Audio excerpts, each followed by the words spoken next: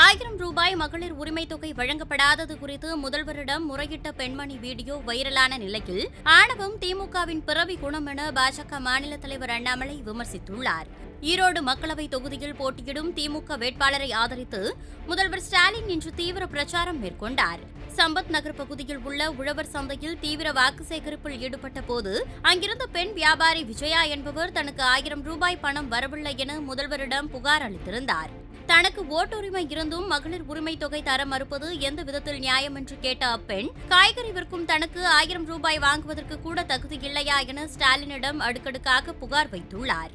அதற்கு பதிலளித்த ஸ்டாலின், உரிமை தொகை வராததற்கு ஏதாவது காரணம் இருக்கும், அதற்கு நடவடிக்கை எடுப்பதாக கூறியுள்ளார். அதன் பிறகு தனது கணவர் அரசு வேலையில் இருப்பதாகவும் பெண் வியாபாரி தெரிவித்திருந்தார். இந்த நிலையில் அது தொடர்பான வீடியோவை தனது சமூக வலைதளங்களில் பதிவிட்ட பாஜக மாநில தலைவர் அண்ணாமலை, ஆணவம் திமுகவின் பிறவி குணம் என பதிவிட்டுள்ளார். தமிழகத்தில் அரசியல் மாற்றத்திற்காக காத்திருக்கும் பொதுமக்கள் திமுகவை இந்த தேர்தலில் முழுமையாக நிராகரிக்க வேண்டும் எனவும் கூறியுள்ளார்.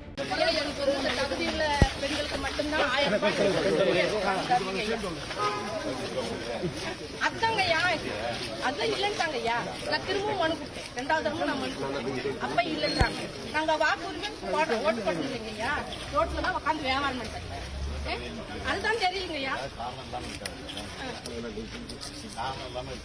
சரிங்க சரிங்க, எங்க வீட்டுல கவர்மெண்ட் எம்ப்ளாயி. நான் சொல்றேன், அவரு சாப்பிட்டா வயிறு நம்பிக்கைன்னா எனக்கு வேண்டாமாங்கய்யா.